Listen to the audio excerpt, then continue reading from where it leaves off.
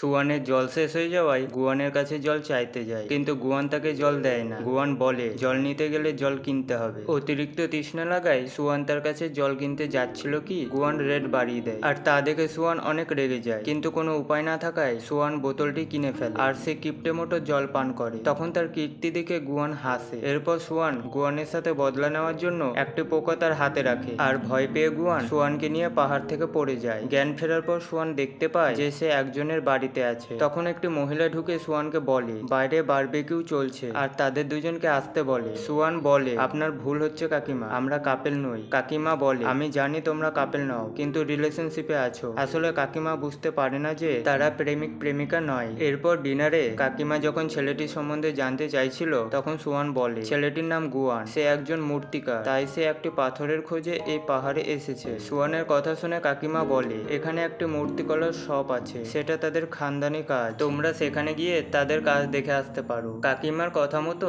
তারা সেখানে যায় আর তাদের কলা কৌশল মেয়েটিকে মুগ্ধ করে তোলে। এরপর গুয়ান একটি লোককে বলতে শোনে যে আগে তাদের পূর্বপুরুষরা এই মূর্তির কাজ করত, কিন্তু ধীরে ধীরে অর্থের অভাবের কারণে তারা মূর্তি বানানোর কৌশল হারিয়ে ফেলে আর এখন তারা শুধু ইট বানানোর কাজ করে। লোকটির কথা শুনে গুয়ান তাদের সাহায্য করতে চাইছিল। গুয়ান বলে আজ থেকে আপনাদের যাবতীয় সরঞ্জাম আমাদের কোম্পানিতে সাপ্লাই হবে। গুয়ানের কথা শুনে সুয়ান ভাবে ছেলেটি এতটাও খারাপ নয়। শ্রমিকদের কাদায় কাজ করতে দেখে গুয়ান সেখানে যায়। তখন গুয়ানকে উস্কে দিয়ে সুয়ান বলে আমার মনে হয় না কোম্পানির প্রেসিডেন্ট এই কাদায় পা রাখতে পারবে। এরপর গুয়ান যখন কাদা মাখতে যায় তখন সে পিছলে কাদার মধ্যে পড়ে যায়। পরের দিন সুয়ান বলে এই মূর্তিগুলি কিভাবে বানানো হয় আমি তা দেখতে চাই। এরপর গুয়ান যখন মূর্তিতে আকার দিতে যায় তখন তার হাত কেঁপে ওঠে, কিন্তু সুয়ানকে দিয়ে যখন কাজ করে তখন তার হাত কাঁপে না। গুয়ান বুঝতে পারে না যে কি হচ্ছে তার সাথে।